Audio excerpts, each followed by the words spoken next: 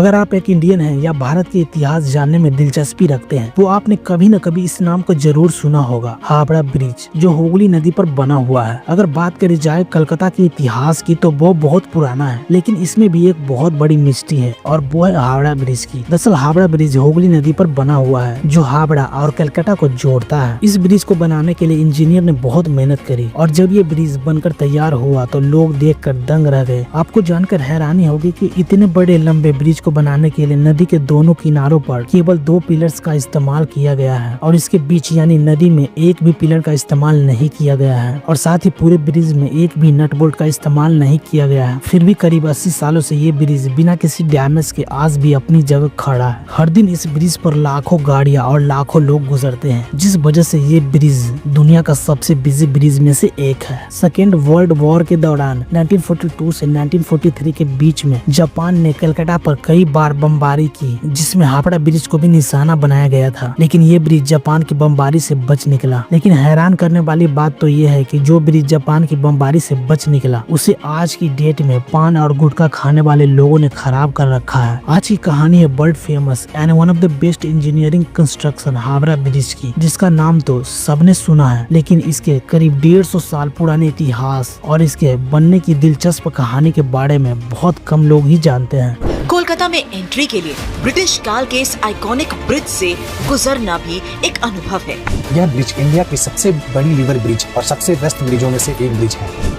जब ये ब्रिज पूरा हुआ तब ये देश का पहला और दुनिया का तीसरा ऐसा ब्रिज था। 18वीं शताब्दी के बीच में अंग्रेजों ने लगभग पूरे भारत पर अपना कब्जा कर लिया था। अपने शासन को मजबूत और आसान बनाने के लिए अंग्रेजों ने भारत के कई बड़े शहरों में कई डेवलपमेंट किए। धीरे धीरे समय बदलता गया और व्यापार भी बहुत तेजी से बढ़ता गया, जिसके चलते अंग्रेजों को ट्रांसपोर्टेशन में दिक्कत आने लगी। तब अंग्रेजों ने रेलवे का इजाद किया और एक्सपोर्ट को बहुत तेजी से बढ़ाने के लिए अंग्रेजों ने 1853 में महाराष्ट्र के बॉम्बे और 1854 में बंगाल के हावड़ा में रेलवे का निर्माण किया। उस समय बंगाल ब्रिटिश इंडिया का सबसे पावरफुल प्रोविंस और कोलकाता ब्रिटिश इंडिया की राजधानी था। यहाँ से ही लगभग सभी ट्रेड को कंट्रोल किया जाता था। इसलिए अंग्रेजों ने बंगाल में रेलवे लाने के लिए 1853 में ही पटरियों को बिछाने का काम शुरू कर दिया था और इसी साल के जून महीने में हावड़ा में रेलवे स्टेशन का भी निर्माण कर दिया गया था। अंग्रेज सबसे पहले बंगाल में ही रेल की शुरुआत करना चाहते थे, लेकिन उनके लिए ये आसान नहीं था, क्योंकि लंदन से रेल डिब्बे लेकर आ रही शिप बीच रास्ते में ही डूब गया और लोकोमोटिव इंजन भारत आने की बजाय गलती से ऑस्ट्रेलिया पहुंच गया, जिससे इसे बनाने में 1 साल की और देरी हो गई और हावड़ा स्टेशन 1854 में ही बनकर तैयार हो गया था। हावड़ा में रेलवे स्टेशन बन जाने के बाद भी अंग्रेजों के ट्रेड को आसान बनाने की समस्या पूरी तरह से सोल्व नहीं हुई थी, क्योंकि अभी उनके लिए हावड़ा और कलकत्ता के बीच बहने वाली हुगली नदी बाधा बन रही थी। हावड़ा में अंग्रेजों ने अपनी कई फैक्ट्रीज बना रखी थी। ऐसे में उन्हें नदी के रास्ते जहाजों से सामान को एक जगह से दूसरी जगह भेजने में काफी दिक्कतों का सामना करना पड़ता था। बरसात के समय में जब हुगली नदी का वाटर लेवल बढ़ जाता था तो अंग्रेजों को अपना व्यापार कुछ दिनों के लिए मजबूरन बंद करना पड़ता था। अंग्रेजों को हावड़ा से कलकत्ता अपना माल ढोने के लिए हुगली नदी में कई जहाजों को चलाना पड़ता था, जो उनके लिए काफी कॉस्टली और समय की बर्बादी भी होता था। वहीं कई बार हुगली नदी में वाटर लेवल बढ़ने से उनका रॉ मटेरियल भी खराब हो जाता और कई बार हुगली क्रॉस करने के दौरान उनका जहाज बीच में ही डूब जाता। हुगली नदी ब्रिटिशर्स के साथ साथ आम लोगों के लिए भी परेशानी की वजह बनी हुई थी, जिन्हें हावड़ा और कलकत्ता आने जाने में भारी समस्या का सामना करना पड़ता था। जब से हावड़ा स्टेशन बना था तब से प्रॉब्लम और भी उभर कर सामने आने लगी थी। लोकल से लेकर विदेशी लोगों तक सभी को कलकत्ता से हावड़ा पहुंचकर ट्रेन पकड़ने के लिए इस नदी को नाव के जरिए पार करना पड़ता। खराब मौसम में उनका ये सफर काफी बेहद मुश्किल तो कभी कभी रद्द भी हो जाता था। ब्रिटिश इसका परमानेंट सॉल्यूशन चाहते थे, इसीलिए उन्होंने हुगली नदी पर एक ब्रिज बनाने का सोचा। इसी प्लानिंग के लिए 1855 में कमेटी बनाई गई, जिसमें ब्रिज कंस्ट्रक्शन प्लान भी बनाए, लेकिन किसी के ऊपर विचार नहीं किया गया। कुछ सालों तक इस काम की ओर अंग्रेजों की नजर नहीं गई, लेकिन 1862 में ब्रिटिश सरकार एक बार फिर से कमेटी बुलाई और ईस्ट इंडिया कंपनी के चीफ इंजीनियर जॉर्ज टर्नबुल को हुगली नदी पर पुल बनाने का काम सौंप दिया गया। उन्हें जल्द से जल्द इसकी डिटेल स्टडी स्टडी कर रिपोर्ट देने को कहा गया। टर्नबुल इससे पहले हावड़ा रेलवे स्टेशन बनाने का काम कर चुके थे। गवर्नमेंट के ऑर्डर मिलते ही वो इसकी प्लानिंग में लग गए। कई महीनों के रिसर्च के बाद 19 मार्च 1862 को उन्होंने अपनी रिपोर्ट सरकार को सौंपी, लेकिन किसी कारण ब्रिज बनाने का काम एक बार फिर से शुरू नहीं किया गया। करीब 10 सालों तक ब्रिज का काम यूं ही ठंडा पड़ा रहा। इसके बाद 1870 में कलकत्ता पोर्ट ट्रस्ट की स्थापना हुई और ब्रिटिश सरकार ने 1871 में हावड़ा ब्रिज एक्ट पास करके ब्रिज बनाने का काम ईस्ट इंडिया कंपनी के chief engineer sir Bradford Leslie को सौंप दिया। वो यहाँ एक पॉन्टून ब्रिज बनाने का प्लान लेकर आए। इस प्लान के मुताबिक इस ब्रिज को कुछ इस तरह से डिजाइन किया जाना था कि जरूरत पड़ने पर इसे बीच से खोलकर 2 हिस्सों में अलग किया जा सके, ताकि नदी से गुजरने वाले जहाज इससे टकराए बिना आसानी से गुजर सके। पॉन्टून ब्रिज का प्लान सरकार को बहुत पसंद आया और तुरंत इसको पास कर दिया गया। पॉन्टून ब्रिज पानी में तैरते पीपों के ऊपर बना एक ब्रिज होता है, जिसका इस्तेमाल अक्सर किसी इमरजेंसी के वक्त किया जाता है, क्योंकि जब भी हुगली नदी में ज्वार भाटा आता है तो इसके पानी में काफी उतार चढ़ाव देखने को मिलता है। इसीलिए इस ब्रिज का ये फायदा होता है कि नदी का जल स्तर जब ऊपर नीचे होता है तो ये पॉन्टून ब्रिज उसके साथ खुद ऊपर नीचे होता रहता है। आदेशानुसार पॉन्टून ब्रिज बनाने पर काम शुरू कर दिया गया। इस ब्रिज को बनाने के लिए ब्रिज के पार्ट्स ब्रिटेन से बनकर आते, जिन्हें कलकत्ता में असेंबल किया जाता। इसे बनाने के दौरान 20 मार्च 1874 कलकत्ता में भयानक साइक्लोनिक स्टॉर्म आने के कारण इस ब्रिज को काफी नुकसान पहुंचा। इसके कुछ समय बाद अगेरिया स्टीमर्स इस ब्रिज से टकरा गया, जिस कारण इसके 3 पॉन्टून पानी में डूब गए और इस ब्रिज का करीब 200 फीट हिस्सा डैमेज हो गया। ऐसी तमाम चुनौतियों को पार कर 1874 में आखिरकार ये ब्रिज बनकर तैयार हो गया। इस ब्रिज को बनाने में लगभग 3 साल का वक्त लगा और करीब 22 लाख का खर्चा आया। ये पॉन्टून ब्रिज 1528 फीट लंबा और 62 फीट चौड़ा था। इस पर आम लोगों को चलने के लिए 7 फीट का रास्ता भी बनाया गया, जिसे 17 अक्टूबर 1874 को सभी के इस्तेमाल के लिए खोल दिया गया। इसके बाद हुगली नदी से जब भी कोई बड़ा जहाज गुजरता तब इस ब्रिज को बीच से खोल दिया जाता था। इस तरह काम तो चलने लगा था, लेकिन ब्रिटिश गवर्नमेंट ने इसे टेम्पररी इस्तेमाल के लिए बनाया था। इसके बनाने के बाद हावड़ा और कलकत्ता के बीच ट्रैवल करना काफी आसान हो गया था। इस ब्रिज का इस्तेमाल लाखों लोगों के द्वारा किया जाने लगा। लगातार अपनी कैपेसिटी से कई गुना अधिक बार झेलने के कारण धीरे धीरे ये ब्रिज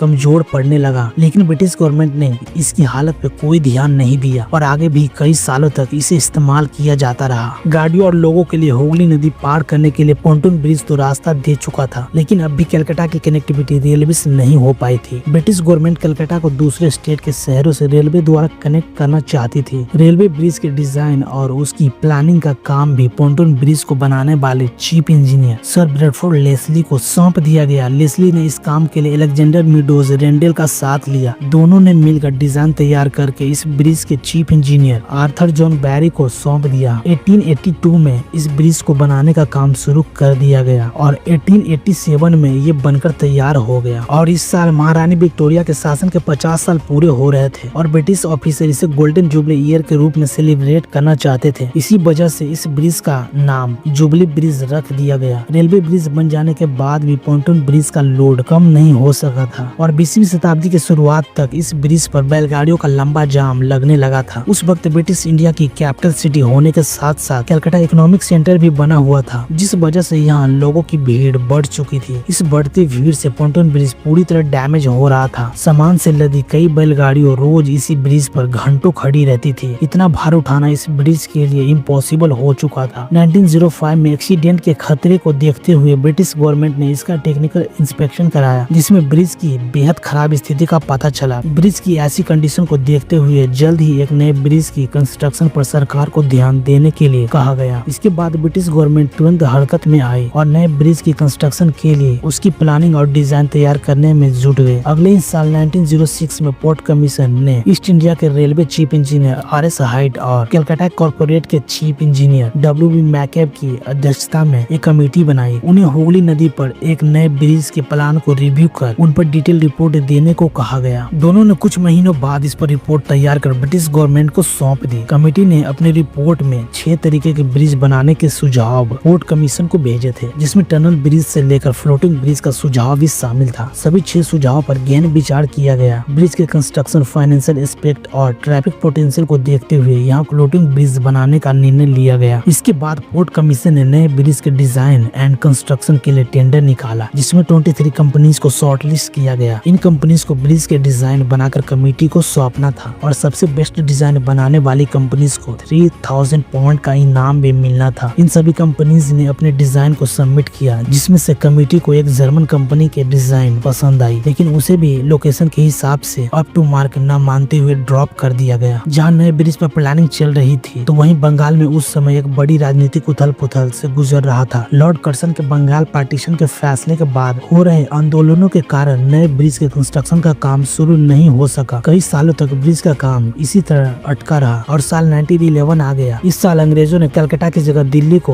भारत की राजधानी बनाने का निर्णय लिया। राजधानी चेंज होने के कारण एक बार फिर से पुल के कंस्ट्रक्शन का काम शुरू नहीं हो सका। पुल के काम में अरंगा डालने की रही सही कसर को फर्स्ट वर्ल्ड वॉर ने पूरा कर दिया, जिसके चलते 1914 से 1918 तक British government first world war में उलझी रही, जिस कारण अंग्रेजों का ध्यान उस ओर नहीं जा सका। इस दौरान 1970 में पुराने ब्रिज को ही मरम्मत करके काम चला लिया गया, लेकिन ब्रिज की कंडीशन ऐसी नहीं थी कि ज्यादा वक्त तक उसे इस्तेमाल में लिया जा सके। इसलिए नए ब्रिज के निर्माण के लिए 1921 में बंगाल के एक फेमस इंडस्ट्रियलिस्ट और आर्किटेक्ट RN मुखर्जी के नेतृत्व में मुखर्जी कमेटी बनाई गई। मुखर्जी उस समय मार्टिन कंपनी लिमिटेड नाम की एक कंपनी चलाते थे, जिसके द्वारा इसके पहले कलकत्ता के विक्टोरिया मेमोरियल और बेलूर मठ का निर्माण किया जा चुका था। अंग्रेजों को RN मुखर्जी के काम पे पूरा भरोसा था और उन्होंने इस पर खड़ा उतरते हुए एक साल के भीतर ही 1922 में न्यू हावड़ा ब्रिज कमेटी के सामने अपनी रिपोर्ट सौंप दी, जिसमें कैंटिलीवर ब्रिज बनाने का सुझाव दिया गया था। और 1926 आते आते इसमें काफी प्रोग्रेस देखी गई और इस दौरान सरकार ने न्यू हावड़ा ब्रिज एक्ट भी पास कर दिया। बाद में एक consultant firm Rendel Palmer and Tritton को भी एक अल्टरनेटिव आइडिया पर काम करने को कहा गया। ये तीनों मिलकर 1929 में पोर्ट ट्रस्ट को अपनी रिपोर्ट सौंप दी, जिसमें उन्होंने कैंटिलीवर और फ्लोटिंग ब्रिज बनाने का अल्टरनेटिव आइडिया दिया। इसके बाद 1930 में गुड कमेटी बनाई गई, उन्हें इस नए ब्रिज को बनाने का काम सौंपा गया। 1930 में ही गुड कमेटी ने अपनी रिपोर्ट पोर्ट कमीशन को सौंप दी, जिसमें उन्होंने रेंडल पाल्मर एंड ट्राइटन के प्रपोजल को लेकर आगे बढ़ने और suspension type balance cantilever bridge बनाने को कहा गया। इसके बाद नए ब्रिज की डिजाइन तैयार कर कमेटी को सौंप दी। कमेटी ने नए ब्रिज को बनाने के लिए टेंडर निकाले। टेंडर में सबसे कम बोली एक जर्मन कंपनी ने लगाई, लेकिन जब तक बात आगे बढ़ती तब तक 1935 आ गया था। उस समय तक जर्मनी और ब्रिटेन के बीच रिश्ते बेहद खराब होने लगे थे, जिस कारण इस कंपनी को कॉन्ट्रैक्ट नहीं दिया गया। टेंडर में लगाए गए बोली के आधार पर इसे बनाने का काम एक British company Cleveland bridge and engineering company limited को सौंप दिया गया। 1935 में ही सरकार ने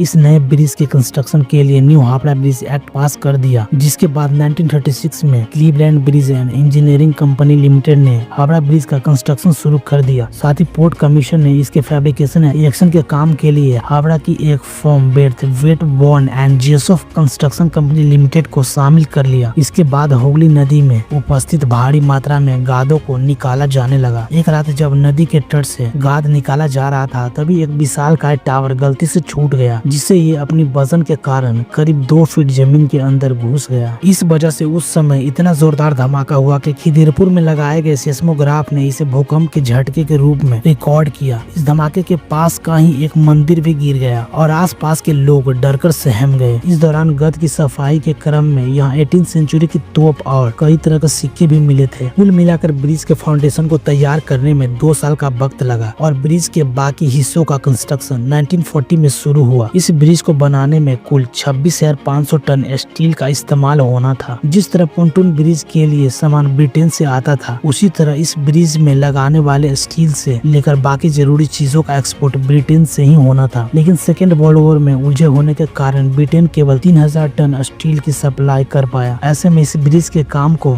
जारी रखते हुए करीब 23,500 टन स्टील की सप्लाई टाटा स्टील ने की थी। 4 साल तक लगातार दिन रात काम करने के बाद आखिरकार 1942 में ये ब्रिज बनकर तैयार हुआ। इसे बनाने में तब 2.5 करोड़ रुपए का खर्चा आया था। उस समय ये ब्रिज दुनिया का तीसरा सबसे लंबा कैंटिलीवर ब्रिज था। इस ब्रिज की लंबाई 2313 फीट, ऊंचाई करीब 270 फीट और पुल की सेंट्रल डेक यानी इसके ऊपर की सड़क की चौड़ाई करीब 71 फीट है। इसके अलावा सड़क के दोनों तरफ लोगों को चलने के लिए 15-15 फीट के 2 फुटपाथ को बनाया गया है और इसका सेंट्रल स्पैन 1500 फीट के करीब है। इस ब्रिज की डेक को मेन ड्रस से 39 पेयर के हैंगर्स के सहारे लटकाया गया है। इस ब्रिज को जो सबसे ज्यादा खास बनाती है वो है इसकी डिजाइन। इसमें स्टील की प्लेटों को जोड़ने के लिए एक भी नट बोल्ट का इस्तेमाल नहीं किया गया है। पूरे ब्रिज को केवल धातु की बने कीलों और वेल्डिंग के सहारे जोड़ा गया है। आपको जान जानकर हैरानी होगी कि ये पूरा का पूरा ब्रिज नदी के दोनों किनारों पर केवल 280 फीट ऊंचे 2 पिलर्स के सहारे ही खड़ा है। इसके दोनों पिलर्स के बीच की दूरी 1500 फीट आसपास की है। दोनों पिलर्स के अलावा इस ब्रिज को सपोर्ट करने के लिए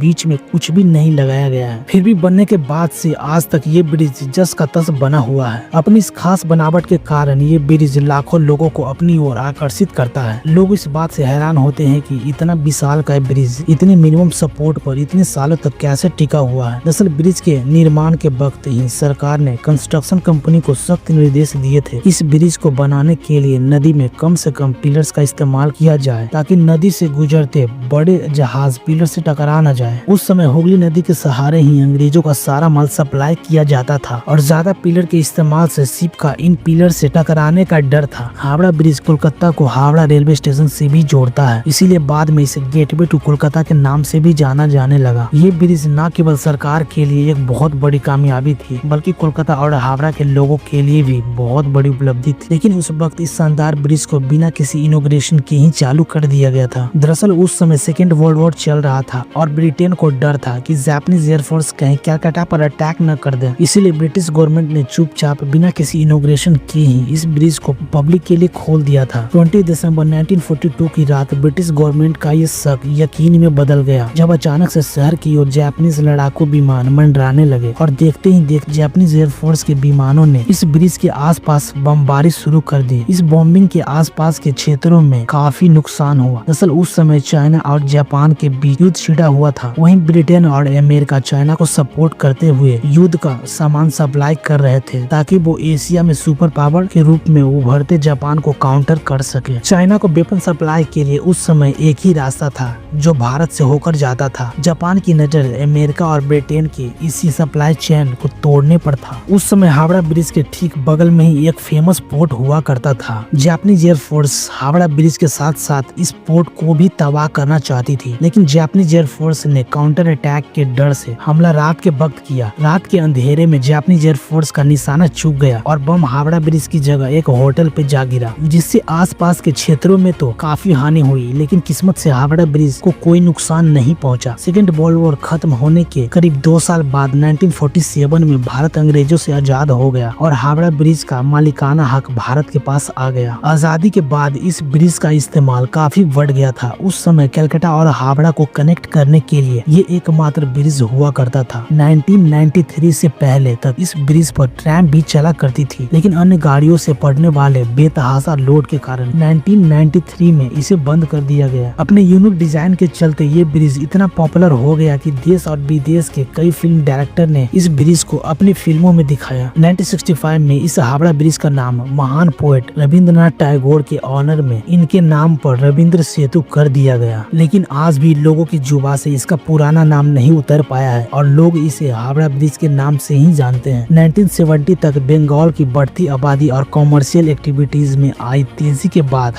इस ब्रिज पर दबाव काफी बढ़ गया था। इसके बाद हुगली नदी के ऊपर एक नए ब्रिज की जरूरत महसूस की जाने लगी। इसके बाद साल 1972 में प्राइम मिनिस्टर इंदिरा गांधी ने हुगली नदी पर एक और ब्रिज की फाउंडेशन रखी। हालांकि 1979 में जाकर इसका कंस्ट्रक्शन शुरू हुआ और ये ब्रिज 1992 में पूरी तरह से बनकर तैयार हो सका। इस ब्रिज का नाम बंगाल के great social reformer Ishwar Chandra Vidyasagar के नाम पर विद्यासागर सेतु रखा गया, जिसे सेकेंड हुगली ब्रिज के नाम से भी जाना जाता है। भले ही विद्यासागर सेतु बन जाने से हावड़ा ब्रिज पर बढ़ने वाले लोड में कमी आई थी, लेकिन लगातार कई दशकों के इस्तेमाल के बाद अब हावड़ा ब्रिज डैमेज होने लगा है। इसके पिलर्स और बॉडी पर जगह जगह जंग लग चुकी है। लंबे समय तक इसे इस्तेमाल रखने के लिए वेस्ट बंगाल गवर्नमेंट इसके मेंटेनेंस पर खासा ध्यान दे रही है। हावड़ा ब्रिज के रख रखाव और सिक्योरिटी का जिम्मा कोलकाता पोर्ट ट्रस्ट के हाथों में है, लेकिन कई कोशिशों के बावजूद ब्रिज को नुकसान पहुंचाने से नहीं बचाया जा सका। ऐसा ही एक एग्जाम्पल साल 2005 में देखने को मिला, जब 24 जून 2005 को एक cargo ship MV money Hooghly नदी से गुजरने के दौरान हावड़ा ब्रिज से टकरा गई। इस टकराव से ब्रिज के 40 क्रॉस गिर्डर्स टूट गए और इसके 2 ट्रॉली गाइड भी टेढ़े हो गए थे। बाद में इसे रिपेयर करवाने में करीब 8 टन स्टील की जरूरत पड़ी और कोलकाता पोर्ट ट्रस्ट को इस पर 50 लाख खर्च करने पड़े थे। रिपेयरिंग के बाद ब्रिज का यह हिस्सा तो ठीक हो गया था, लेकिन एक चीज जो इस ब्रिज को धीरे धीरे डैमेज करती जा रही थी, ब्रिज के पिलर समेत कई हिस्सों में बुरी तरह जंग लगने लगी थी, जो लगातार बढ़ती ही चली जा रही थी। कोलकाता पोर्ट ट्रस्ट ने जब जंग लगने के कारणों और उसके नुकसान का पता करने के लिए साल 2011 में इस ब्रिज का जांच किया तो बहुत ही हैरान करने वाली बात सामने आई। इंस्पेक्शन रिपोर्ट में पता चला कि इसके खंभों में जंग लगने के कारण इसकी मोटाई लगभग आधी हो चुकी है और पुल में लगे हैंगर्स की मोटाई 6 मिलीमीटर से घटकर 3 मिलीमीटर रह गई है। इतने बड़े नुकसान के पीछे पान मसाला और गुटखे की पीक्स सबसे बड़ा कारण था। पान और गुटखा खाने वाले लोग ब्रिज से गुजरते हुए वहीं थूकते हुए निकल जाते हैं, जिस कारण पान में पाए जाने वाले केमिकल से स्टील के साथ रिएक्शन होता है और ब्रिज में जंग लग जाता है। सेंट्रल फोरेंसिक साइंस लैब के डायरेक्टर चंद्रनाथ भट्टाचार्य का कहना है कि थूक के साथ मिलकर पान और चूना में मौजूद चीजें स्टील पर एसिड के जैसा काम करती हैं और इसे काफी तेजी के साथ कमजोर कर देती है। पोर्ट ट्रस्ट को इसे जंग से बचाने के लिए पिलर्स के किनारे पर फाइबर ग्लास लगाना पड़ा। पान और गुटखा के अलावा एटमॉस्फेरिक कंडीशन और बायोलॉजिकल बेसिस ने भी ब्रिज को नुकसान पहुंचाया है। इसके अलावा इस ब्रिज में सालों से लाखों पक्षी अपना घर बनाकर रहते आए हैं और इस दौरान वो रोज इस ब्रिज के ज्वाइंट और बॉडी पर स्क्रीटा करते हैं, जिससे धीरे धीरे इसके स्क्रीटा में पाए जाने वाले केमिकल से ब्रिज कमजोर होता जा रहा है। पक्षियों के स्क्रीटा से होने वाले डैमेज से बचाने के लिए कोलकाता पोर्ट ट्रस्ट इस ब्रिज को रेगुलर बेसिस पर साफ करवाता है। इसके अलावा समय समय पर इस पुल पर पेंट और प्राइमर का काम किया जाता है ताकि ये ब्रिज ज्यादा लंबे समय तक बना रहे। कोलकाता की पहचान बना ये हावड़ा ब्रिज आज 80 से ज्यादा सालों बाद भी लोगों के काम आ रहा है। पर आपको क्या लगता है, ये ब्रिज और कितने सालों तक ऐसा का ऐसा रहेगा? कमेंट में जरूर बताना।